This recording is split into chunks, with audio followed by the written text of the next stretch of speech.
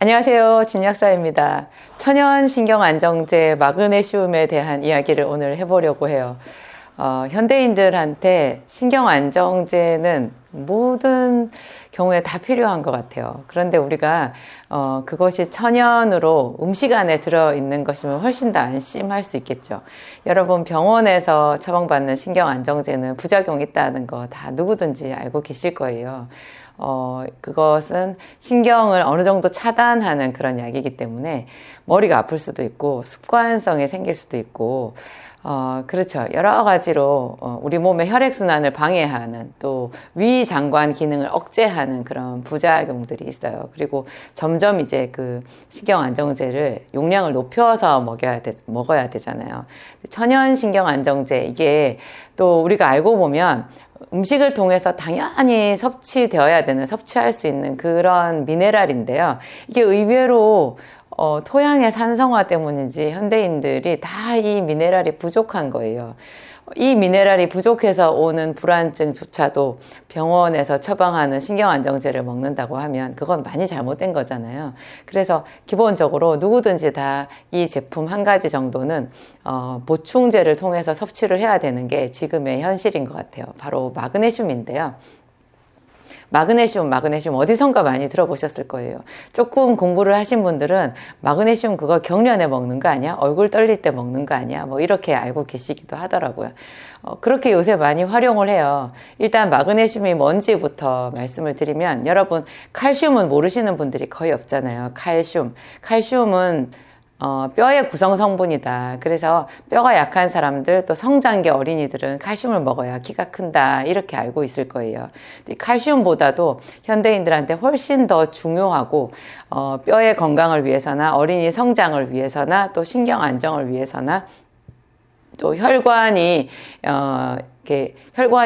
보통 나이가 들면 신경이 날카로워지면서 혈관도 항상 수축되어 있거든요. 이렇게 좁아져 있어요.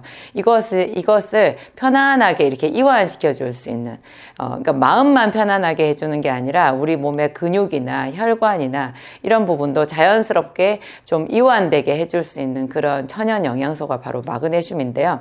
칼슘, 마그네슘, 이렇게 슘으로 끝나잖아요. 그러니까 칼슘과 마그네슘이 거의 사촌지간이라고 보시면 돼요. 이 두 가지가 서로 약간 우리 몸에서 대칭적인 역할을 해요. 칼슘은 심장이 이렇게 확 펌프질을 할 때 이렇게 수축하잖아요. 수축할 때 힘, 이것이 칼슘이라고 하면 마그네슘은 다시 펼쳐져서 원자리로 돌아갈 때 이완되게 하는 역할을 해주는 것이 마그네슘이거든요. 여러분 설탕이 달지만 소금을 적당히 넣어줘야 설탕의 단맛이 제대로 나거든요. 그런 원리랑 비슷한 게요. 칼슘이 제 역할을 해주기 위해서는 반드시 마그네슘이라는 원소가 우리 몸속에 있어야 돼요. 근데 놀랍게도 이 마그네슘은 이렇게 채소를 많이 먹는 사람들한테는 부족할 리가 없는 영양소거든요. 왜냐하면 녹색 채소 안에 엽록소라는 거 있다는 거 아시잖아요. 그 녹색이라고 하는 그 성분이 광합성할 때 생기는 녹색 그 성분 자체가 그 성분의 성분이 엽록소고 그 엽록소의 핵이 마그네슘이거든요. 그런데 요즘에는 녹색 채소를 많이 먹는 그런 채식주의자들도요, 이상하게 마그네슘이 부족해요. 그래서 제가 생각하게 된 게, 이게 좀 소름 끼치는 토양의 산성화, 그것 때문이 아닌가. 토양이 산성화되었다라는 뜻이 토양에 미네랄이 고갈되었다라는 말하고 거의 같은 말이거든요. 그래서 야채를 위주로 먹는 사람들도 지금은 마그네슘이 부족하더라. 그걸 어떻게 하느냐? 마그네슘 보충제를 먹었을 때 다 효과가 있어요. 그게 무슨 뜻이겠어요? 마그네슘은 부족하지 않은 사람들한테는 보충했을 때 아무런 효과가 없어야 맞거든요. 그런데 이것이 마그네슘을 먹었을 때 그런 분들이 근육이 뻣뻣해지는 거라든지 또 마음이 불안해지는 거라든지 또 혈압이 이렇게 자꾸 오르는 그런 것들이 마그네슘을 통해 가지고 상당히 많이 호전이 되는 거예요. 좋아지는 거예요. 그리고 또 당뇨 환자들은 사실 마그네슘이랑 별로 상관이 없을 것 같은데 당뇨가 있는 분들한테 마그네슘을 보충제로 섭취를 시켰을 때 혈당 조절이 더 잘 돼요. 똑같은 약을 먹거나 아니면 똑같은 상태에 있어서 이 마그네슘 보충제만 먹어도 혈당 조절이 훨씬 더 수월하게 되는 임상 데이터들이 많이 있거든요. 거의 대부분의 현대인들한테 이 마그네슘이 부족하다라는 것을 알 수 있어요. 저는 이제 제가 그 생기산이라고 하는 제가 만든 약이 있잖아요. 이게 대단한 혈액순환제고 혈관을 청소해주고 우리 몸에 있는 거의 대부분의 염증을 치료하고 그래서 뭐 여러 가지 질환에 응용이 많이 되고 있거든요. 그런데 이 생기산에 원래 이 약의 출발점이요. 이 약이 화병약이었어요. 화가 뭐예요? 스트레스잖아요. 이 스트레스로 인해서 가슴이 콱 막히고 울화가 생겼다라고 얘기를 하는데 우리 왜 울화통 터진다 그런 얘기 하죠. 화가 날 때. 근데 한방에서 울화라는 용어가 있어요. 그 울화, 가슴 속에 꽉 맺혀 있는 것을 풀어주는 그런 약이었는데요. 제가 이거를 어떻게 임상에서 쓰다가 세상에 이게 놀랍게 혈관을 청소한다라는 것을 알게 되었어요. 그래서 전신에 막혀 있는 부분을 뚫고 순환이 잘 되게 하는데요. 그러면은 거의 대부분의 질환이 이렇게 치료가 되는 거예요. 심지어 뭐 위장병이나 심장혈관이 막힌 거나 뭐 뇌혈관에 문제가 생긴 거나 뭐 류마티스 같은 만성 염증 같은 거 이렇게 자가 면역 질환이라고 해서 거의 불치병에 해당되는 그런 것까지 드라마틱하게 이렇게 치료가 되는 뭐 피부병도 그렇고 수족냉증 같은 것도 극심한 수족냉증인데 이 생기산은 시원한 약이거든요. 근데 이거를 쓰고 이게 온몸이 따뜻해지는 그런 제가 경이로운 결과들을 관찰을 하고 놀라곤 했었는데요. 이 생기산을 쓸 때 제가 꼭 같이 쓰는 세트가 있거든요. 그게 비타민 B, C, 마그네슘이에요. 비타민 B는 우리 몸 속에 우리가 음식을 먹었을 때 그 음식이 제대로 에너지가 되고 제대로 우리 몸 속에 피가 되고 살이 되고 이렇게 힘이 되게끔 하는 생화학 반응, 우리 몸 속에서 화학 반응이 일어나는데요. 그 화학 반응의 조효소 역할을 해줘요, 비타민 B가. 그래서 어떤 사람들이 이게 뚱뚱한데 음식은 충분히 많이 먹었을 텐데도 계속 기운 없다는 사람들 있잖아요. 아침에 또 눈 떴는데 눈이 도저히 떠지지를 않아서 꼭 아침에 커피 한 잔을 마셔야 겨우 눈이 떠진다는 그런 사람들, 비타민 B를 먹으면 그동안 먹었던 음식 그게 갑자기 생화학 반응을 일으키면서 에너지가 돼요. 그래가지고 머리가 맑아지고 피로 회복이 되는 그런 참 기가 막힌 효과가 있거든요. 이 비타민 B를 꼭 써야 되고, 그 다음에 비타민 C는 항산화제로서 혈관을 청소해주는, 이것도 거의 최고의 영양물질이라고 할 수 있는데요. 이 비타민 C를 제가 메가도스를 하잖아요. 이 메가도스 하루에 6,000ml 이상, 대체로 한 1만 ml 정도를 한 번에 2,000ml나 3,000ml를 몇 번에 걸쳐 나눠가지고 하루에 한 10,000ml 정도를 제가 먹게 만드는데요. 이때 마그네슘까지 같이 쓰잖아요. 그럼 마그네슘이 천연신경 안정제면서 또 스트레스 울화로 인해 가지고 온몸이 뻣뻣해져 있고 긴장되어 있고 혈관도 딱딱해져 있는 그 사람들에게 이 마그네슘이 들어가면 부드럽게 이완시켜 준다 그랬잖아요. 이게 생기산을 쓸 때 B, C, 마그네슘 이거를 같이 썼을 때랑 안 썼을 때랑 효과가 차이가 많이 나더라는 거죠. 그래서 경증인 사람들은 생기산 안 먹고 그냥 B, C, 마그네슘 요 세 가지만 먹어도 뭐가 치료됐네, 그런 얘기를 제가 많이 듣거든요. 그래서 이 마그네슘은 정말로 중요한 그런 천연 영양제라고 볼 수 있어요. 근데 음식을, 자연식품을 잘 먹어도 토양의 산성화 이런 것 때문에 이것이 부족하더라. 그러니까 보충제를 먹어야 되는데, 또 제가 보면 현대인들이요, 유독 그 자체로 스트레스를 많이 받는 데다가 또 스트레스를 많이 받으니까 그렇게 단 거를 많이 드시더라고요. 여러분, 우리가 아무 생각 안 하면 정말 설탕 많이 먹고 있다는 거 혹시 알고 계세요? 스트레스를 많이 받는 사람들일수록요, 약간 달달한 게 들어가면 몸이 편안해지는 거 느낄 수 있어요. 그래서 어떤 분들은 뭐 자기 전에 꿀을 하나씩 먹고 주무신다 하는데 저는 좀 걱정이 돼요. 왜냐하면 다 화가 많잖아요. 이 화가 열이거든요. 열 받은 상태에서 꿀을 먹는다. 꿀이 뭐 달고 또 몸에 좋은 비타민도 있고 비타민 C도 많고 그렇긴 하지만 이게 근원적으로 열성이거든요. 굉장히 뜨거운 거예요. 그래서 계속적으로 이 꿀을 먹게 되면 이 울화가 더 심해지는 그런 것도 있거든요. 어쨌든 하여튼 뭐 꿀 말고 보통 사람들은 그냥 설탕, 뭐 과당 이런 거 많이 먹잖아요. 액상과당. 우리가 아무 생각 없이 그냥 카페 가서 음료수 마시고, 또 요즘에는 무슨 간장게장 같은 거 먹잖아요. 간장게장 안에도 여러분 설탕 들어가는 거 아세요? 양념게장. 그래서 우리가 그런 거를 단짠이라고 하잖아요. 달고 짜고. 달고 짠 거를 단짠이라고 하는데, 이 단짠이 현대인들의 삶의 그냥 구석구석에 다 있어요. 이런 단짠을 많이 먹게 되면요, 그 자체가 마그네슘을 고갈시켜요. 놀랍게도 고갈시켜요. 우선은 마음이 편안해지고 기분이 좋아지는가 모르겠는데요. 이게 설탕, 달달한 거 이런 것들이 들어갔을 때 그게 마그네슘을 굉장히 많이 고갈시키고 칼슘도 고갈시킨다라는 거 아셔야 돼요. 근데 칼슘은 대체로 다 음식으로 충분히 섭취가 되거든요. 우리가 마트 가서 이렇게 진열대 이런 데 보면요, 그냥 가만히 놔둬도 칼슘이 많은데 거기다가 다 칼슘 보강이라고 적혀 있어요. 칼슘을 먹어야 된다라는 것이 언제부턴가 우리 삶의 전반에 다 퍼져 있어가지고 식품 회사들이 칼슘을 일부러 더 보강을 하더라고요. 그러면 좀 더 자기네 제품이 고급지고 뭔가 이렇게 좋은 제품이라는 것이 어필된다라고 생각하나 봐요. 그렇게 안 해도 현대인들은 다 칼슘이 충분히 있어요. 음식만 잘 먹으면, 내가 평소에 그냥 식사만 충실히 한다라고 하면 칼슘이 부족하진 않거든요. 근데 마그네슘은 대부분의 사람들이 이렇게 스트레스 많이 받죠. 그 스트레스 자체가 마그네슘을 엄청나게 많이 요구하게 되는 거고요. 그리고 단 거 이런 거 땡기면 그 자체가 또 마그네슘을 소모시키고 그렇다라는 거죠. 근데 이 마그네슘을 그러면 우리가 얼만큼 어떻게 먹어야 되느냐. 마그네슘은요, 이렇게 비싼 제품을 안 먹어도 돼요. 어떤 사람들은 뭐 킬레이트 된 제품, 킬레이트라는 그런 어려운 말을 쓰는데요.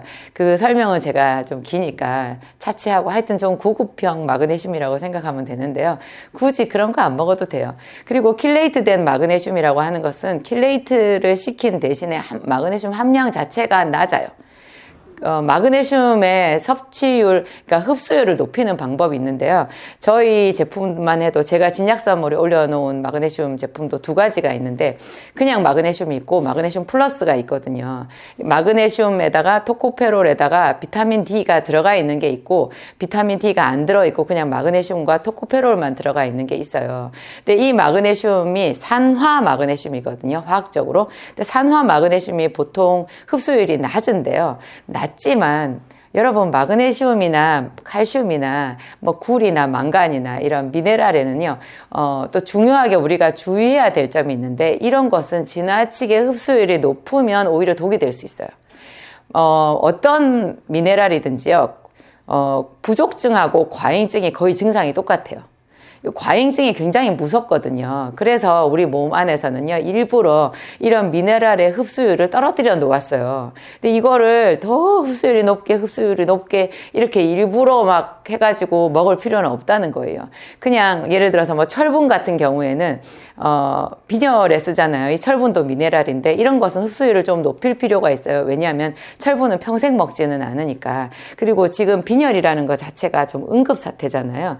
그러니까 빨리 이걸 보충해 줄 필요가 있어서 이런 거는 흡수율이 좀 높은 형태, 단백철 같은 이런 거를 먹으면 도움이 되는데, 마그네슘은 그냥 꾸준히 좀 적은 용량, 흡수율이 별로 높지 않은 산화 마그네슘 형태로 매일 하루에 하나씩 계속 먹는다고 생각하면 제일 간편하고 안전한 방법인 것 같아요. 근데 그나마 이것의 흡수율을 좀 높이는 방법이 비타민 C를 동시에 같이 먹는 거예요.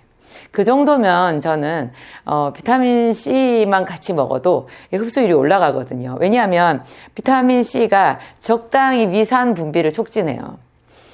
여러분, 제산제라는 거 있잖아요. 위장약이라고 알고 있는 산을 제거하는 제산제를 위장약이라고 늘 먹는 사람들은 만성적으로 거의 모든 미네랄이 결핍되어 있다는 거 혹시 아세요?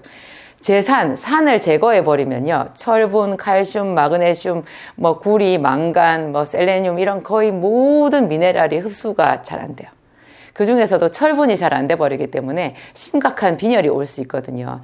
그 반대로 비타민 C를 먹어서 적당히 위를 자극해가지고 제대로 된 산이 분비되게끔 하잖아요. 비타민 C가 들어가서 위 벽을 자극해서 궤양을 일으키는 게 아니고요. 정말 위를 튼튼하게 하는 적당한 자극제인 위산이 제때 분비되게끔, 제대로 된 산도로 분비되게끔 할 만큼의 자극만 줘요.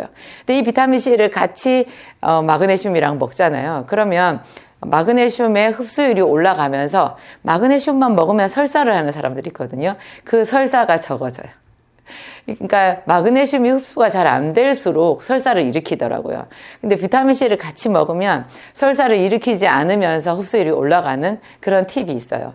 그러니까 마그네슘은 한마디로 말하면 산화 마그네슘 형태로, 이게 싸거든요. 값싼 이 마그네슘 형태로 하루에 한 알씩 계속 먹으면 된다. 나는 평소에 변비가 있어 이러는 사람들은요, 아예 마그네슘을 하루에 2알을 드시면 변이 약간 묽어져서 변복이 편해지는 그런 장점도 있고요. 나는 평소에도 설사야, 그런 사람들은 마그네슘을 이틀에 하나씩 드시되 꼭 비타민C랑 같이 드세요. 이게 마그네슘 같은 거는 비타민C 같이 고용량 요법을 하는 게 아니라 결핍되지 않을 만큼만 흡수를 시켜주면 되는 거거든요. 그러니까 많이 먹는 사람은 하루에 2알, 적게 먹는 사람은 이틀에 1알 정도까지 이렇게 변수가 있어요. 그리고 우리가 뭐 병원에 입원해가지고 여기 뭐 호수로만 음식을 넣어주는 그런 식물인간의 상태가 아니잖아요. 우리는 살아있고 늘 일상생활을 하는 건강한 사람이잖아요. 음식을 먹는 사람이니까. 이런 사람들은 내가 먹는 마그네슘 용량에 그렇게 막 촉각을 곤두세울 필요 없어요. 여러분 매일 음식 드시잖아요. 그 음식 안에 부족하지만 어느 정도의 마그네슘은 들어있거든요. 그리고 토양이 산성화된 대신에 뭐 해산물 같은 거 안에는 바다에서 나는 것은 마그네슘이 그냥 들어있잖아요. 그래서 뭐 해초 종류, 미역이라든지 다시마라든지 톳 같은 거, 이런 거를 뭐 파래, 뭐 겨울에 먹는 매생이, 이런 거는 마그네슘이 충분히 들어있다라고 보면 돼요. 근데 한 가지 좀 그런 게 요새 바다에서 나는 거는 또 좀 무섭잖아요. 뭐 저쪽에서 오염수를 방출했네 뭐 어쨌네 소리 들으니까 그거를 막 이렇게 즐겨 먹기는 좀 찜찜한 면이 있는 것 같아요. 안 먹을 수는 없지만. 그래서 결국은 이 산화 마그네슘 하루에 1알씩은 드시는 게 좋다, 제가 이 말씀 드리고요. 또 제가 왜 마그네슘 제품 안에 토코페롤을 넣어놨느냐, 이거 굉장히 좋은 질문인데요.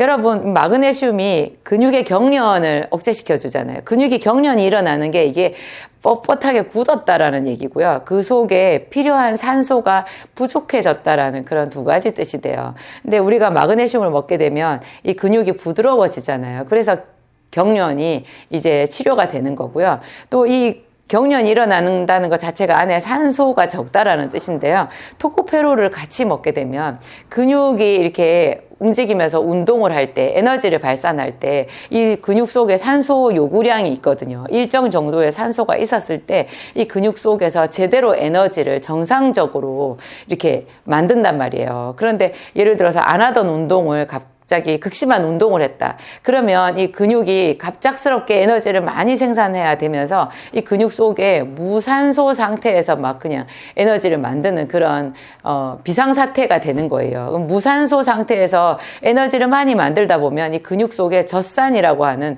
피로물질이 쌓여요. 그 젖산이라는 피로물질 때문에 근육이 알배기는 거예요. 엄청 아파요.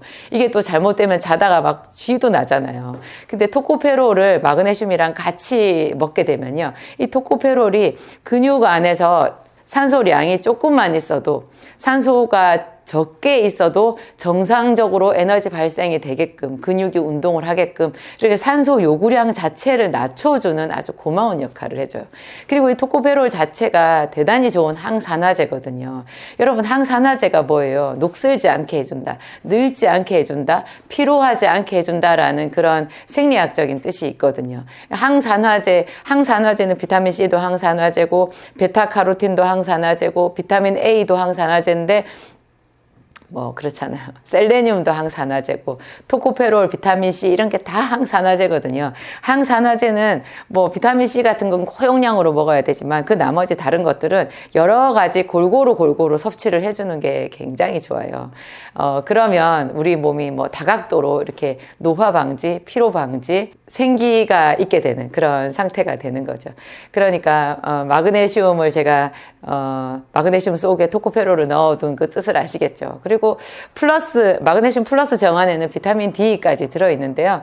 또 비타민 D는 제가 모든 마그네슘 안에 다 넣어놓기가 그런 게, 어떤 분들은 병원에서 비타민 D를 먹고 계신 분도 있고 주사를 맞으시는 분도 있고 뭐 여러 가지로, 또 비타민 D는 꼭 필요하다고 하지만 마그네슘 이런 것보다도 좀 더 과잉증이 좀 걱정이 되는 영양소거든요. 제 기준에. 비타민 D는 저는 좀 조심스럽더라고요. 그래서 비타민 D가 들어있는 마그네슘이 있고 들어있지 않은 마그네슘이 있는데 여러분들이 원하시는 대로 선택해서 드시면 돼요. 둘 다 가격은 같아요.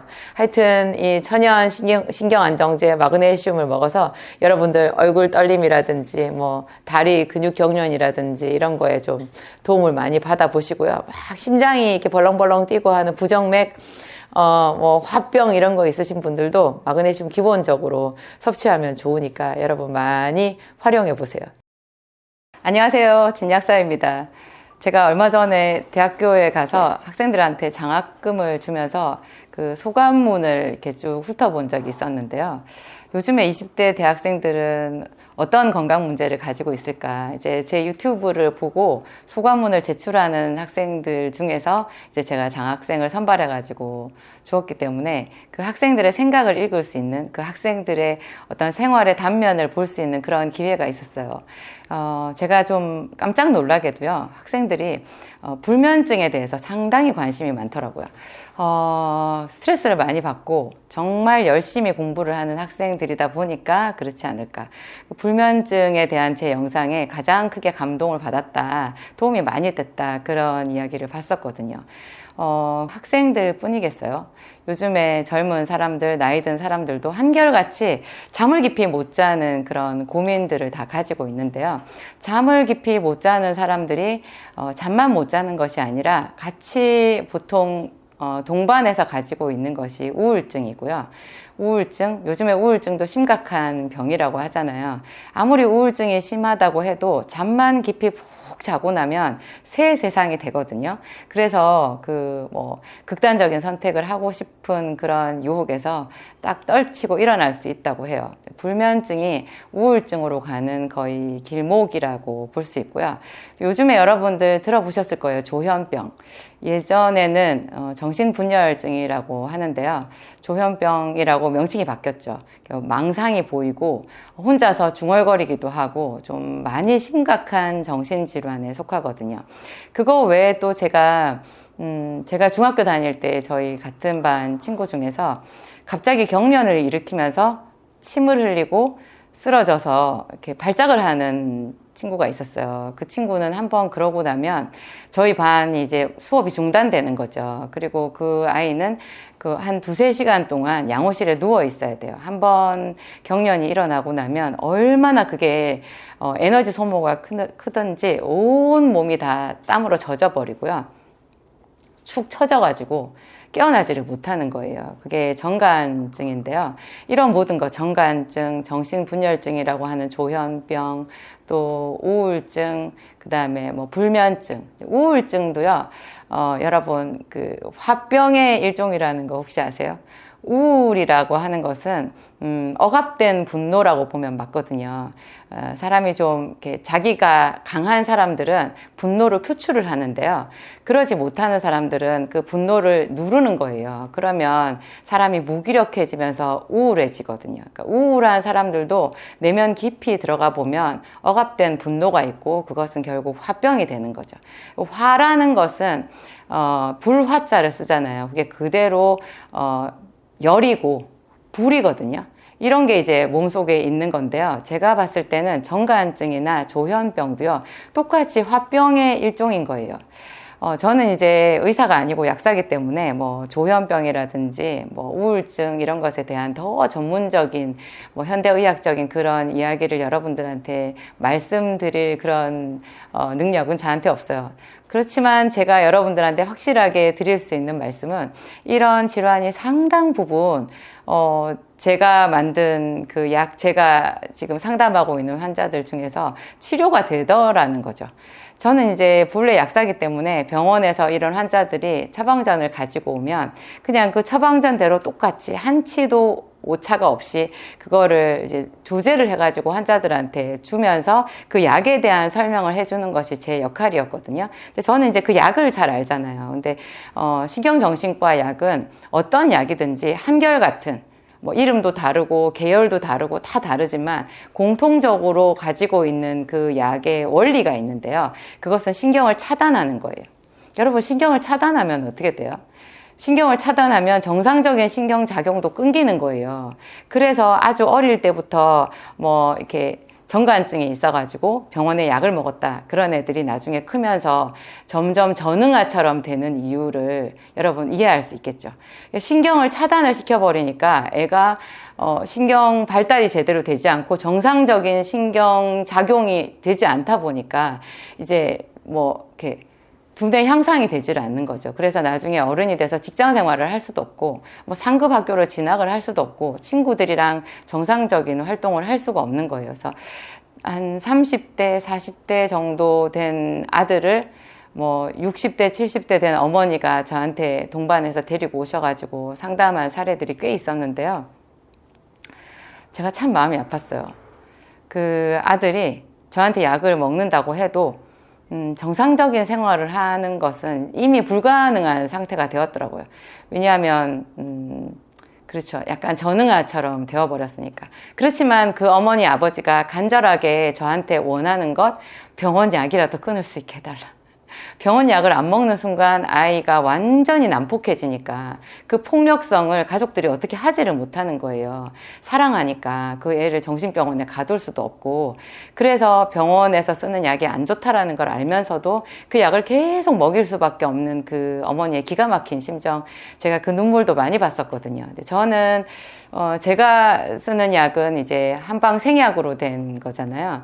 여러분들 근처에 있는 약국에 가보시면 그 어떤 약사님들 중에서 이렇게 병원에서 처방하는 약이 아니고 좁쌀같이 생긴 한방 과립제를 조제해서 주는 그런 약국을 보신 적이 있을 거예요. 제가 쓰는 생기산이 그런 과립제를 가지고 제가 제 나름대로 이제 배합을 해서 만든 약에 제가 이름을 생기산이라고 붙인 건데요. 요게 이제 가장 강력한 혈액순환제고 열독, 수독, 식독 뭐 이런 거를 몸 안에 있는 노폐물을 이제 배출하게끔 도와주는 그런 작용이 있는 것을 제가 찾아냈었거든요. 근데 정신과 질환에 이 약을 썼을 때 효과가 아주 좋은 거를 제가 뭐라고 설명을 해야 되느냐. 저는 처음에 이런 분들한테 제 약이 효과가 있을 거라고 생각지도 못했거든요. 생기산은 처음에 제가 이름 붙이기 전에 그냥 약국에서 이렇게 간단하게 조제해서 주던 숙취약이었어요.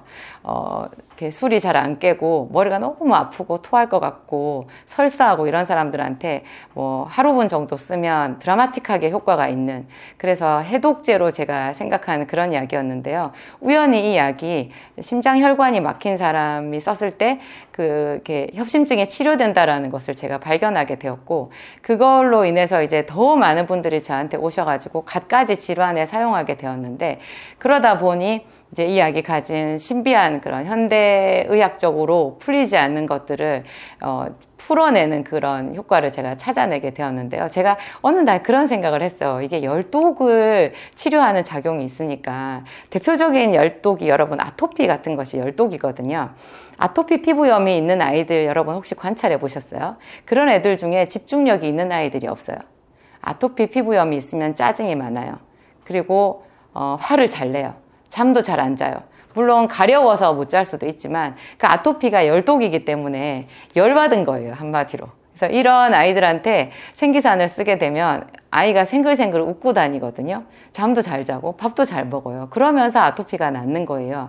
제가 이거를 정신과 영역에다가 확장해서 한번 생각해 보면 제가 중학생 때 보았던 그 정관병 있는 친구도 신경의 열독인 것 같은데 거기에 효과가 있을 것 같다는 생각을 했었거든요. 그런데 또 신기하게도 그런 질환을 가진 분들이 제가 영상에서 뭐 이런 거 낫습니다라는 말을 하지도 않았는데도 저를 찾아오신 거예요. 그래서 별로 뭐 큰 부작용은 없으니까 제가 써봤을 때 드라마틱하게 효과가 있었어요. 제가 최근에도 저희 약국에 약사님들이랑 이제 우리 상담하시는 분들한테 이제 치료 사례를 좀 모아달라고 해서 모아서 보니까 이 정신과 질환 치료 사례가 상당히 좋은 것들이 많이 있는 거예요. 조현병은 여러분 정신분열증이라 그거는 사실 치료 방법이 없거든요. 제가 아까 말씀드린 대로 병원에서 쓰는 약은 치료제가 아니라 그냥 신경을 차단시켜 놓는 거예요. 열받아서 과분급되어 있는 그 신경을 억지로 눌러 놓는, 억제하는 차단시키는 그런 약이다 보니까 흥분도 가라앉지만 정상적인 신경작용까지 같이 차단이 되어서 깊은 잠을 자든지 사람이 느릿느릿 행동도 느려지고 말도 어눌해지고 약간 바보처럼 되는 그런 무서운 부작용이 있거든요. 그런데 이 생기산을 써가지고요, 이 조현병 약을 먹던 사람이 한 6개월 만에 그 조현병 약을 반으로 줄이신 사례가 있더라고요. 제가 예전에 제가 직접 상담을 했을 때도 그런 환자들이 많이 있었거든요. 저는 다 기억도 못하고 지나가 버렸지만, 정가증에도 제가 상당히 효과가 있는 경우를 많이 보았었고요. 그 할머니께서 손녀딸이랑 같이 와서 그렇게 행복해 하셨어요. 이제 자기 손녀딸이 불안하지 않고 일상생활로 돌아갈 수 있게 되어서 감사하다고 그런 말씀을 하더라고요. 여러분, 어린 아이들이 경기하는 애들 있잖아요. 그 경기할 때부터 벌써 정가증 약을 쓰면, 참 마음이 아프거든요. 그 아이가 이제 앞으로 어떻게 될 것인가. 저 아이가 다른 아이들처럼 이제 두뇌 발달이 이루어져서 상급 학교로 진학을 하고 정상적으로 저 공부를 다 해낼 수 있을까. 그런 생각이 들면 좀 마음이 많이 아프죠. 근데 그 아이의 그런 정가증 경련의 원인이 이런 열독이라는 것을 알고 그 원인에 해당되게끔 해서 생기산 요법을 써봐서 해결이 된다면 그것보다 좋은 방법이 어디 있겠어요. 생기산은 특별한 부작용은 없지만 더 자세한 것을 원하시는 분들은 여러분 저희 약국에 문의해서 알아보시고요. 그냥 상식 차원에서도 이런 우울증이나 불면증이나 이런 것들이 우리가 전통적으로 알고 있는 화병의 한 갈래다, 이거는 스트레스다, 열이다, 이런 거 알면 굉장히 많이 응용해서 여러분 자기 몸 관리를 할 수 있는 지식들이 파생되어서 나와요. 예를 들면 이런 화병이 있는 사람들이 여러분 열나는 인삼 같은 거 먹으면 좋을까요? 전혀 그렇지 않아요. 화가 있는 아이들이 뭘 잘 먹지를 않으면 몸이 약해가지고 아토피 있는 아이들도 마른 아이들이 있잖아요. 또 뚱뚱한 아이들도 있지만 부모가 볼 때는 아이가 항상 약하다는 생각이 드니까 그런 애들한테 용도 먹이고 인삼도 먹이고 뭔가 보약 같은 거를 먹이잖아요. 그것은 독약을 먹이는 것하고 같아요. 이런 화병이 있는 아이들한테 굉장히 좋은 방법은 순환이 되게끔 하는 거거든요. 제 약 생기산도 온 몸을 순환시켜서 그 열이 조절되게끔 하는 그런 원리거든요. 뜨거운 열독이 원인이다. 그러면 차가운 약을 쓰면 되지 않냐. 그런 말씀을 하실 수도 있는데요. 보통 열독이 있는 사람들은 몸의 한 부분은 뜨겁지만 그 반대편은 굉장히 얼음처럼 차가워요. 그래서 제가 어떤 손님한테 당신은 열독이 심한 거예요. 그렇게 얘기를 하면 그분이 깜짝 놀라면서 저는 몸이 얼음처럼 차가워요. 이렇게 얘기를 하시는 거예요. 그분이 느끼기에는 자기가 얼음처럼 차갑죠. 근데 그 얼음처럼 차갑다고 해서 뜨거운 약을 지금까지 먹었을 텐데 효과가 있으셨어요? 물어보면 말을 못 하시는 거예요. 그러니까 분명히 열독이지만 차가운 약으로 열을 식힐 수 없는 이유가 그런 데 숨어 있는 거죠. 이거는 순환을 시켜줘야 되는데 그래서 생기산이 순환제로서 이런 정신과 질환에 효과가 있는 원리를 우리가 설명할 수 있고요. 굳이 생기산을 쓰지 않더라도 이런 아토피가 있거나 정가증이 있거나 우울증이 있거나 이런 사람들한테 공통되게 쓰는 치료법 뭐가 있겠어요? 달리기요. 농구 같은 것도 굉장히 좋아요. 그냥 그러니까 좀 강렬한 운동 있잖아요. 땀을 이렇게 쭉 뺄 수 있는 그러면 마치 한여름에 태풍이 한 번씩 우리나라로 와서 대기권이랑 바다를 한 번씩 뒤집어 놓잖아요. 그러면 양식장에 피해가 있고 농작물에 피해가 있기도 하지만 바다에 녹조, 홍조 이런 것이 없다고 하거든요. 그러니까 한 번씩 대기를 뒤집어서 순환을 시키고 바닷물을 휘저어 주는 것이 이 자연계의 건강에도 굉장히 도움이 되는데요. 사람의 몸도 마찬가지예요. 왜 이 화병이 더 많이 사람들한테 깊은 병이 되느냐? 순환이 안 되고 사람이 가만히 앉아만 있어서 그런 거예요. 그래서 아주 강렬한 좀 센 운동을 하는 것, 저는 제일 좋은 것이 달리기라고 생각하는데요. 달리기를 하면 발바닥부터 장부터 모든 골격근을 다 사용하고 심장도 펌프질을 하잖아요. 그러면 태풍이 와서 대기를 휘젓는 것 같은 그런 효과가 있어요. 이런 거를 하게 되면 그 아이가 부모에게 가진 그런 폭력성 같은 것도 많이 낮출 수 있거든요. 그런데 안타깝게도 병원에서 쓰는 약 쓰면 어떻게 돼요? 운동 불가예요. 축 처져 있거든요. 그래서 참 이게 대량 난감인 것 같아요. 이게 참 이러지도 저러지도 못하는 그런 게 있는데요. 이런 원리는 여러분들이 알고 계시면 굉장히 많이 도움이 되죠. 제가 생기산 이외에 쓰는 것이 비타민 B와 C와 마그네슘 이 세 가지를 같이 쓰거든요. 비타민 B는 별명이 신경 비타민이에요.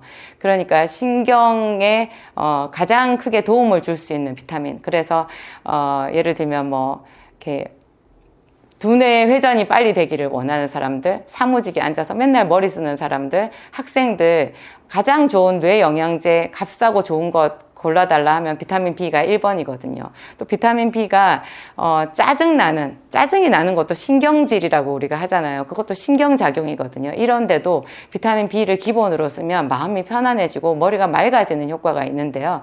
정신과 질환이 있는 사람들한테도 비타민 B가 필수예요.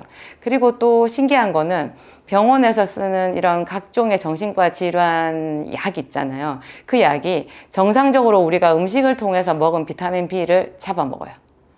그래가지고 가뜩이나 비타민 B가 더 필요해서 보충해줘야 되는 사람인데 정신과 약을 먹는 바람에 음식을 통해서 먹은 비타민 B까지 고갈되는 그런 악순환이 벌어질 수 있어요. 그래서 병원에서 쓰는 우울증 약 같은 거 먹는 분들은요, 비타민 B를 제가 하루에 2알도 권해요. 2알을 먹을 때는 아침에 한 알, 점심에 한 알을 쓰죠. 저녁에는 안 써요. 비타민 B를 먹으면 신경이 맑아지면서 좀 이렇게 각성작용이 있는 것 같은, 머리가 맑아져서 뭔가 일을 해야 될 것 같은 그런 분위기가 되거든요. 그래서 저녁에는 먹지 않고 아침하고 점심에 써요. 그리고 마그네슘은 그 미네랄의 일종인데요. 여러분 칼슘은 잘 아시죠? 칼슘하고 마그네슘, 슘으로 끝나잖아요. 이게 비슷한, 그렇지만 서로 대칭되는 그런 작용을 하는 건데, 칼슘은 좀 수축시키는 작용이 있어요. 심장을 수축시키고 신경을 수축시키고 이런 작용이 있는 거에 반해서 마그네슘은 편안하게 이완시켜주는 작용이 있거든요. 현대인들은 거의 다 마그네슘이 부족하다고 보면 돼요. 이게 아까 제가 우울증이나 조현병이나 정관증이나 전부 다 화병이라고 말씀드렸는데, 불면증도 화가 나 있다라는 게 사람이 이렇게 뻣뻣해져 있는 거잖아요. 화가 나면 뻣뻣해지지 물렁해지지 않잖아요. 그러니까 이거를 뻣뻣해진 거를 풀어주는 작용을 하는 천연 미네랄이 마그네슘이니까 마그네슘도 기본적으로 써주면 좋죠. 마그네슘은 많이 먹을 필요는 없고요. 하루에 어떤 제품이든지 한 알 정도면 되는 것 같아요. 제 진약사몰에 보면 제 이름 비타민 B가 있는데 이것이 비타민 B100이고요. 그 다음에 제 이름 마그네슘도 있어요. 이런 거를 하루에 한 알이나 또 많으면 2알 정도까지 쓰는 것도 굉장히 이런 정신과 질환이 있으신 분들 병원 약의 의존성을 낮추는 그런 좋은 효과를 볼 수가 있어요. 여러분들 제 이야기가 오늘 도움이 많이 되셨으면 좋겠고요. 제가 드리는 모든 정보는 어떤 이론적인 게 아니라 저희 약국에서 실제로 있는 임상 사례를 가지고 제가 여러분들한테 다시 되돌려드리는, 정리해서 돌려드리는 그런 내용이니까 훨씬 더 현실성이 있는 정보라고 생각하시면 될 것 같아요. 안녕하세요. 진약사입니다. 여러분은 잠을 잘 주무시나요? 잠 못 자는 사람들의 고통은 말로 다 할 수 없는데요. 제가 한때 정말 불면증 때문에 또 고생을 많이 했었어요. 제가 많이 아파봐서 오늘날에 제가 이렇게 상담하는 약사가 되지 않았나 그런 생각도 드는데, 또 제가 많은 사람들 만나보니까요, 정말 그 표현할 수 없을 정도로 힘든 그 불면증 때문에 고생하신 분들 제가 많이 봤어요. 결론부터 말씀드리면, 병원의 어떤 수면제나 신경 안정제 그런 거 어떤 거로도 안 되는 사람들 그 불면증 치료 제가 많이 했거든요. 제가 했다기보다는 제가 쓰는 생기산과 비타민 요법으로 불면증에 탁월한 효과가 있더라고요. 근데 생기산은 제가 뭐 당뇨 환자한테도 쓰고 고혈압, 자가 면역 질환, 뭐 각종 통증, 관절염 뭐 이런 데 다 쓰잖아요. 그러면 이게 어떤 원리로 불면증에도 효과가 있느냐. 저도 제가 처음부터 불면증 환자에게 효과가 있다고 주장을 한 적은 없고요. 그냥 사람들한테 많이 쓰다 보니까 그중에 어떤 분들이 자기 불면증이 사라졌다는 거예요. 없어졌다는 거예요. 불면증이 치료된다라는 뜻은 여러분 확장해서 해석을 하면 우울증도 치료된다라고 볼 수 있거든요. 우울증뿐만이 아니에요. 예를 들어서 그 전간증 있잖아요. 그거 발작하는 그런 질환에도 상당히 효과가 있어요. 이게 이제 그 효과가 있는 원리는 제가 말씀드릴 때 혈액순환이라고 누누이 강조해서 얘기하잖아요. 불면증이라는 것도요, 알고 보면 혈액순환 장애더라고요. 그게 순환장애. 너무나 많이 긴장하고 스트레스 받고 그러면 우리 몸의 자율신경 이야기를 제가 자주 말씀드리는데 우리 몸속에 내부 장기나 혈관이나 심장이나 이런 것을 다 움직이게 하는 그런 우리가 의식하지 못하는 신경을 자율신경이라고 하는데요. 그 자율신경이 두 가지로 나뉘어지는 거예요. 교감신경, 부교감신경. 딱 두 가지로 나뉘어져요. 이 두 가지가 한꺼번에 활성화될 수는 없고요. 교감신경이 활성화되면 부교감신경은 좀 억제가 되고, 부교감신경이 활성화되면 교감신경은 좀 억제가 되는 거예요. 교감신경은 주로 우리가 머리를 쓰고 긴장하고 어떤 승부의 일을 해야 될 때, 과제를 하거나 발표를 하거나, 그죠? 어떤 사람과 다투거나, 이럴 때 이제 활성화되는 신경을 교감신경이라고 하고요. 부교감신경은 잠을 잘 때나 편안하게 휴식을 할 때, 놀 때, 이럴 때 이제 나오는, 그러니까 활성화되는 신경을 부교감신경이라고 하는데요. 그러니까 부교감신경은 잠을 자거나 아니면 음식을 소화시킬 때, 그럴 때 있잖아요. 그래서 우리가 경험적으로 아는 대로요. 예를 들어서 밥을 먹으면서 우리가 바로 뭘 신경을 써서 누구랑 다투거나 아니면 바로 공부를 하거나 먹으면서 공부하는 사람들 있잖아요. 그게 아주 젊고 혈기왕성할 때는 가능할지 몰라도요. 조금만 나이가 들면 먹는 거 식사 시간에는 머리를 써서 뭔가 집중을 하면 소화가 안 된다라는 거 대번에 느끼실 거예요. 왜냐하면 이렇게 공부를 한다라는 것, 집중을 한다라는 것이 교감신경인데 소화를 시키는 것은 부교감신경이 하는 역할이거든요. 그래서 이 두 신경이 동시에 작동을 할 수가 없기 때문에 몸이 약해질수록 그 작동을 잘하는 것, 그죠? 이것을 교차적으로 잘 활용하는 것이 굉장히 중요한 그런 몸 관리법이 되죠. 그런데 이제 오랜 세월을 긴 시간 동안을 신경을 많이 쓰고 몸이 약해지고 이렇게 되면요. 대부분의 사람들이 신경이 날카로워지잖아요. 신경이 날카로워졌다라고 하는 것이 교감신경이 지나치게 많이 활성화되어 있는 거예요.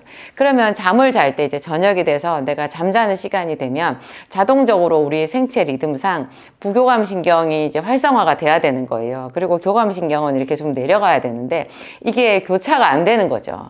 교차가 잘 안 돼서 제가 극심하게 불면증을 앓았을 때가 제가 나이 40 정도 되었을 때 그 사법시험을 보고 나서였거든요.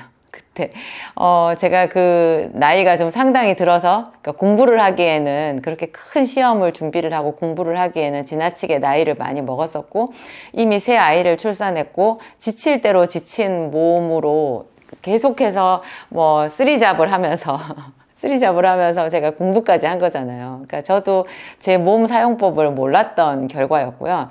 그 1차 사법시험을 보고 난 뒤에 저는 한 달만 쉬면 몸이 좋아질 줄 알았거든요. 그랬는데 세상에 이게 밤에 자려고 눈을 감으면 편의점 천장에 여러분 등이 쫙 켜져 있잖아요. 그런 등이 켜지는 거예요. 눈을 감았는데 제 느낌에 뇌세포가 다 켜져 있는 거예요. 잠을 잘 수가 없죠. 그러면 안 자면 되지 않나 싶은데요. 이 온 몸이 그냥 바스라질 정도로 지쳐 있는 거예요. 손가락 하나 까딱 할 수 없을 정도로 지쳐가지고 움직일 수가 없는데 눈을 감으면 잠도 못 자는 거죠. 그러니까 눈알이 빠질 것 같이 아프고 극심한 두통에 사지가 저려요. 이게 우리 몸의 피는 한정되어 있거든요. 그렇게 진이 많이 빠지게 자기 몸을 혹사시킨 사람은요, 혈액의 총량도 적어요. 그러니까 혈이 말라 있다라고 보면 되는데요. 열이 떠서 혈이 말라 있는데 그런 사람이 머리에만 충혈이 돼 있는 거잖아요. 이제 교감신경이 지나치게 흥분이 돼 있어서 이게 잠잘 때는 사지로 피가 흩어지면서 이제 온 몸에 해독작용을 하고 온 몸 전신에 이제 찌꺼기들을 다 쓸어내면서 그러죠. 우리 그 몸을 한번 청소해주는 그런 것이 잠의 역할이거든요. 그런데 피가 여기 다 몰려 있고 퍼지지 지를 않으니까 사지가 저린 거예요. 잠이 안 올 때 느끼는 느낌, 못 자본 사람들은 다 느끼는 느낌이 있어요. 그 발끝, 손끝 다 저리고요. 다리도 공중에 떠 있는 것 같이 이상하고, 심한 사람들은 쥐가 나기도 하고, 막 다리에 경련이 일어나기도 하죠. 이런 것들을 봤을 때 우리가 알 수 있죠. 아, 불면증도 혈액순환 장애구나. 혈액순환 장애구나. 피가 잘 돌면요, 잠이 잘 와요. 그래서 예를 들어서 저는 그래서 그 극심한 불면증을 이렇게 앓고 그 불면증을 고치기 위해서 애를 쓰다가 스스로 하나 제 몸 관리법에서 터득한 게 있었는데, 낮에 점심을 먹고 반드시 한 30분에서 1시간 정도 산책을 했어요. 남편과 같이 일부러 없는 시간 쪼개내 가지고 살기 위해서 산책을 했거든요. 근데 산책을 하고 나서 훨씬 잠자는 것이 수월해졌었어요. 낮에 산책을 하면 적당한 햇살이 눈으로 들어오잖아요. 그러면 우리 몸에 세로토닌이라고 하는 호르몬이 상당히 분비가 활성화돼요. 이 세로토닌이 한밤중에 되면 멜라토닌으로 바뀌거든요. 그러면서 자연스럽게 이 잠자는 모드로 전환이 될 수 있는 거예요. 이런 것들이 다 부교감 신경하고 관련이 있고요. 그리고 그렇게 적당히 걷잖아요. 걸으면 이 발바닥에 경락을 자극하는 거예요. 그래서 머리로만 몰려있던 피가 전신 사방으로 퍼지면서 적당히 혈액순환이 되는 거죠. 낮에 혈액순환이 됐던 게 저녁 때까지 상당히 영향이 있더라고요. 그래서 어떤 경우에는 낮에 산책을 하고 나서 잠깐 누워서 깜빡 잠을 잘 수도 있어요. 그때 자는 그 잠은 정말 단잠이거든요. 한 10분, 20분만 자고 일어나도 그 오후에 내가 해야 되는 그런 일을 훨씬 짧은 시간에 수월하게 해낼 수 있는 그런 새 힘이 생겨요.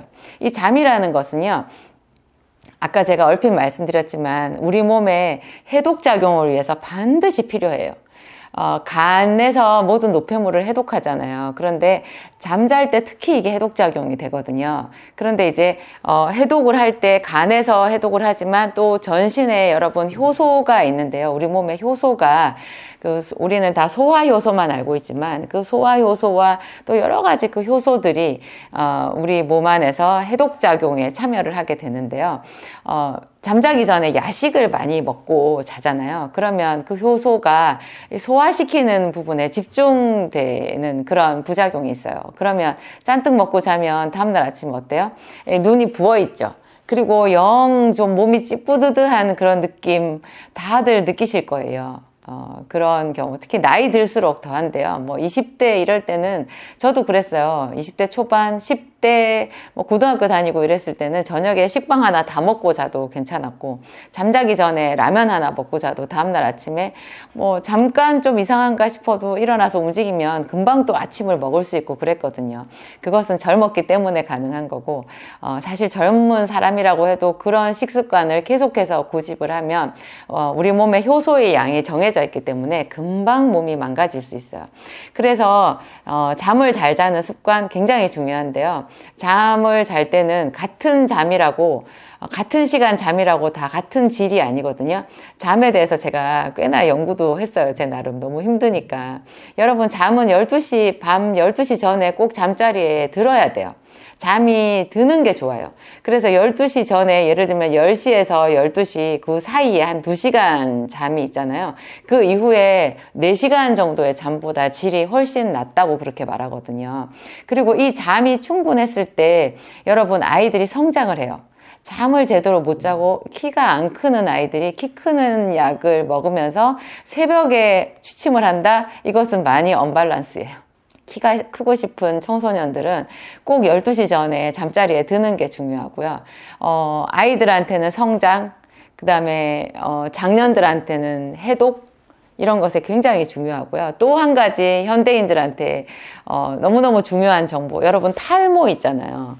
제가 며칠 전에 어떤 그 대학생 남학생이었는데, 그 탈모 고민을 잠깐 듣고 짧게 상담을 해준 적이 있어요. 그 학생이 세상에 제가 봤을 때는 머리숱이 많았는데 자기 딴에는 그게 탈모가 심하다는 거예요. 안에 이렇게 들춰보면 속에 어디가 비었는지 어쨌는지 하여튼 그 학생은 좀 심각했어요. 자기가 느끼는 감정상의 그 탈모 증상이 심각해서 여러 가지 꽤 한 6가지 정도의 약을 먹고 있는데 그 중에 한 가지는 의사 처방으로 먹는 탈모 치료제. 엄밀히 말하면 탈모 치료제라기보다는 남성 전립선 비대증에 쓰는 그런 약이었는데요. 그 약을 먹고 있더라고요. 그 젊은 학생이. 전립선 비대증은 본래 40대, 50대 이상 넘어간 남성들한테 생기는 그 배뇨장애잖아요. 소변이 시원하게 나오지 않는, 그래서 전립선이라고 하는 그 기관이 이렇게 부어가지고, 그래서 전립선 비대증이라고 말을 하는데요. 그 전립선 비대증에 쓰는 그 의사가 처방하는 그 약을 약간 다른 용도로 사용을 하는데, 그 다른 용도라는 것이 탈모거든요. 그것은 그 약이 가지는 부작용을 거꾸로 긍정적으로 활용해서 생긴 복용법이에요. 그게.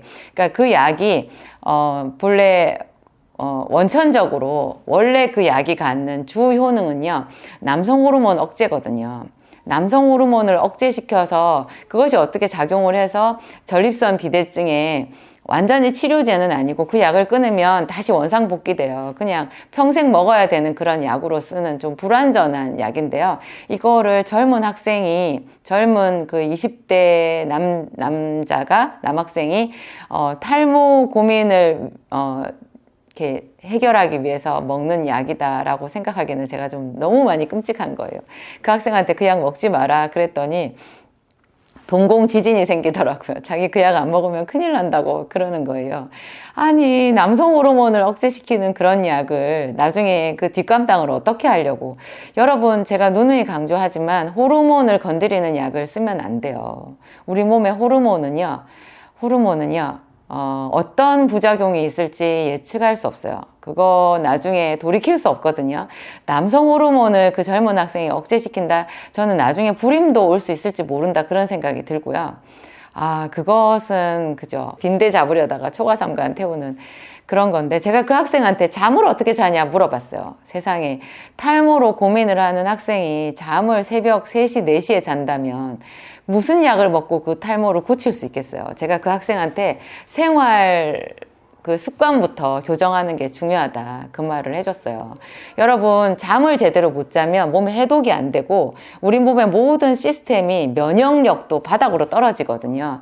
그런 사람이 머리카락이 제대로 정상적으로 날 수 있겠어요? 스트레스가 해독이 안 되는 거죠. 여러분, 몸에 해독이 안 된다라는 것은 어떤 면에서 스트레스 해소가 안 된다라는 것으로 풀이가 가능해요. 스트레스 받아서 머리가 빠지는 거거든요. 그런데 그 잠을 새벽녘에 매일 그렇게 자고 뭐 식사는 제대로 하냐 물어봤더니 밥도 제대로 안 먹더라고요. 잘 먹지도 않고 잘 자지도 않는 학생이 어떻게 그 탈모 치료를 의사가 처방하는 전립선 비대증 약이나 뭐 몇 가지 영양제 의지해서 고칠 수가 있겠어요.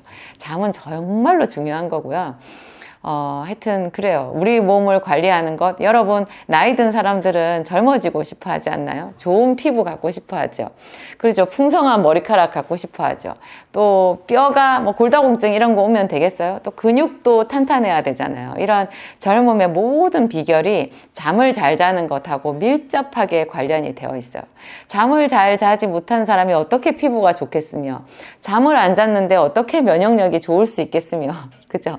잠을 잘 안 자는데 그 사람이 젊고 피부가 탱탱하고 뭐 짱짱하다, 그런 거는 있을 수 없는 일인 것 같아요. 어느 날 갑자기 그 사람의 몸에 한꺼번에 신호가 올 수 있어요. 그래서 차라리 평소에 하루만 안 자도 못 견딘다, 이런 약골인 사람들이 잠도 더 잘 챙겨서 잘 수 있고 자기의 약골인 것을 생각해서 관리도 더 잘하겠죠. 그래서 옛날 속담에 골골 80이다 100이다 뭐 그런 말이 나오지 않았나, 그런 생각이 들어요. 조금 여러분 자신의 몸을 생각하시고 잠도 잘 챙겨서 자고, 제가 쓰는 그 생기산과 비타민 요법이, 이제 다시 말씀드리면 그 불면증을 치료하는 그 가장 핵심적인 원리는 제가 아까 말씀드린 대로 혈액순환인 거예요. 혈액순환. 이거 생기산은 울화를 치료하는 약이거든요. 울화가 뭐예요? 이거 스트레스 확 받으면 여러분 가슴이 답답해지잖아요. 가슴 답답해서 가슴 치기도 하잖아요. 이게 울화예요. 이렇게 심중에 울화가 생기는 거예요. 이 울화가 위로 치받으면 어지럼증이 되기도 하고, 갑자기 눈이 안 보이기도 하고, 그렇죠. 두통이 오기도 하고, 탈모가 생기기도 하는데 불면증도 동반하게 되는 거죠. 그 울화가 있는 사람들이 이 아래로 피가 내려가겠어요? 그러니까 당연히 소화도 안 되고 염증도 잘 생기고, 그렇죠. 여러 가지로 그 몸에 이렇게 안 좋은 그런 그 질환들을 다 끌고 오게 되어 있는데요. 생기산과 비타민 요법을 하게 되면 이 약으로 하는, 생약으로 하는 치료 중에서는 얘보다 좋은 그 혈액순환제가 없는 거예요. 얘가 화병 치료제고 울화를 없애는데요. 짜증이 많은 어린 아이한테 이걸 쓰면 애가 짜증을 안 내고 웃어요. 참 신기하더라고요. 그 어떤 어른한테 제가 썼더니 어떤 변화가 있던가요? 제가 물어보니까 그분 얘기가 참 재밌었어요. 이상하게 기분이 좋아져요. 그렇게 얘기하는 거예요. 그래서 제가 무릎을 치고 웃었어요. 아, 그 울화를 치료하는 약을 사람한테 썼더니 그분이 느끼기로는 자기가 기분이 좋아진다. 이렇게 표현하기도 하는구나.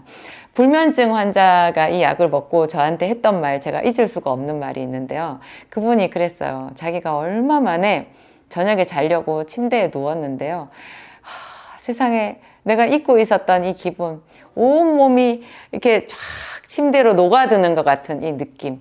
노곤해지면서 그대로 편안하게 잠으로 그냥 자기가, 그쵸, 너무너무 편안한 그런 품에 안긴 것 같은 느낌? 온 몸이 노곤해지면서 이렇게 이완 상태가 되면서 그대로 눈이 감기고 그대로 잠에 빨려 들어가는 것 같은 그 느낌. 자기는 수십 년 동안 이 느낌을 잊고 살았다는 거예요. 자기가 수면제를 먹고 잤던 그 느낌하고 차원이 다른 이 자연 수면의 놀라운 느낌. 그랬어요. 그 효과를 그분은 굉장히 빨리 느끼신 거고요. 제가 보통 보면 한 3개월 정도 지나면 이 느낌을 거의 받으시는 것 같아요. 그래서 먹고 계시던 수면제를 자기도 모르게 줄이게 되고요. 점점 줄이다가 나중에는 거의 수면제 안 먹고도 잘 잘 수 있고, 어떤 분들은 또 제약 생기산을 먹는다고 그 병원 수면제를 당장에 다 끊으신 거예요. 그러면 여러분 몸에 교란이 생겨서, 혼란이 생겨서 고생을 많이 해요. 병원에서 나는 그동안 수면제를 먹었다. 그러면 그 병원 수면제랑 생기산을 병행해서 먹다가 수면의 질이 좋아지는 걸 봐서 조금씩 차츰 줄여야 되고요. 그리고 생기산만 먹지 마시고, 여러분 제가 말씀드린 대로 낮에 산책하는 거, 또 걷다가 뛰다가 하는 것, 그리고 비타민 B, 마그네슘, 오메가3, 비타민 C 고용량, 비타민 C 하루에 6,000ml 이상은 드셔야 돼요. 그런 것도 꼭 병행하시고요. 나름대로 여러분들이 스스로 스트레스 관리 이런 것도 하셔야 돼요. 생기산을 먹어도 계속해서 나는 과로하고, 누구랑 싸우고, 다투고, 이런 상태에 누가 밉고, 미워서 죽겠고, 이런 상태에 계속 있으면, 생기산을 먹어도 힘들어요. 그런 분들은. 그래서, 좀 많이, 내려놔야 되는 것 같아요. 용서하고, 그렇죠. 괜찮아. 이렇게 생각하고 편안하게 살아야 되지 않겠어요? 그렇지 않으면 여러분 수를 다 누리기가 힘들어요. 오늘 제가 좀 두서없이 말씀드린 것도 있는데, 여러분들 편안한 잠, 행복한 잠, 그래서 세상이 밝아지는 그런 행복감을 모든 사람들이 누리셨으면 좋겠습니다.